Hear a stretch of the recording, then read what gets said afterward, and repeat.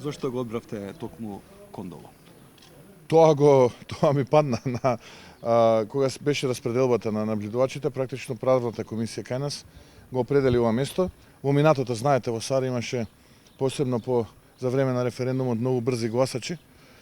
Па јас имав желба да бидам точно во општина Саре, а правната комисија го одбра токму ова избирачко место 2452. Ние се сеќаваме дека токму на ова место Овдека се сме руше сега имаше за жал убиство во едниот изборен циклус 99-та година, но гледаме дека оваа година е многу помирно на ова место се гласа. Па имаше мали прекршувања на демократскиот процес, имаше членови на избирачките одбори кои што организирано носеа гласачи одека на гласање, но генерално амбиентот и атмосферата е демократска, слободна, луѓето си доаѓаат си гласат, со исклучок на тие помалку или повеќе на поединечни случаи кога членови на избирачки одбори организирано носеа гласачи. Јас тоа може да го видам пред мои очи се случуваше одека.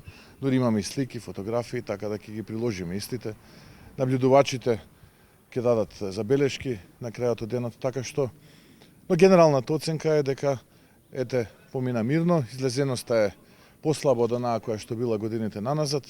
Некаде сега кога го снимаме ова интервју е 5:15, 5:30, излезеноста на моето избирачко место се движи помеѓу 18 и 19%. Оценката давате тука за Кондово дека е фер и демократски генерално како со исклучок на овие неколку на ниво на Македонија?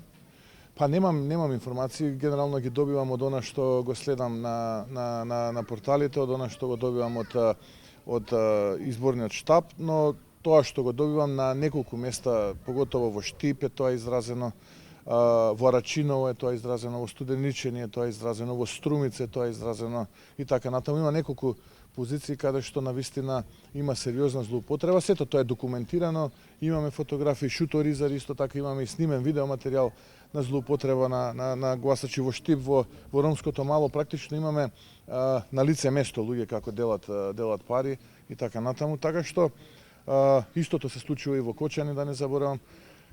Тоа се информациите кои што денеска ги добивам. Ако ги исто така не ги заборавиме и оние случувања од текот на вчерашниот ден на полициска опсада на Ново село и на Охрица, разбира. Која што уште трае во текот на денешниот ден.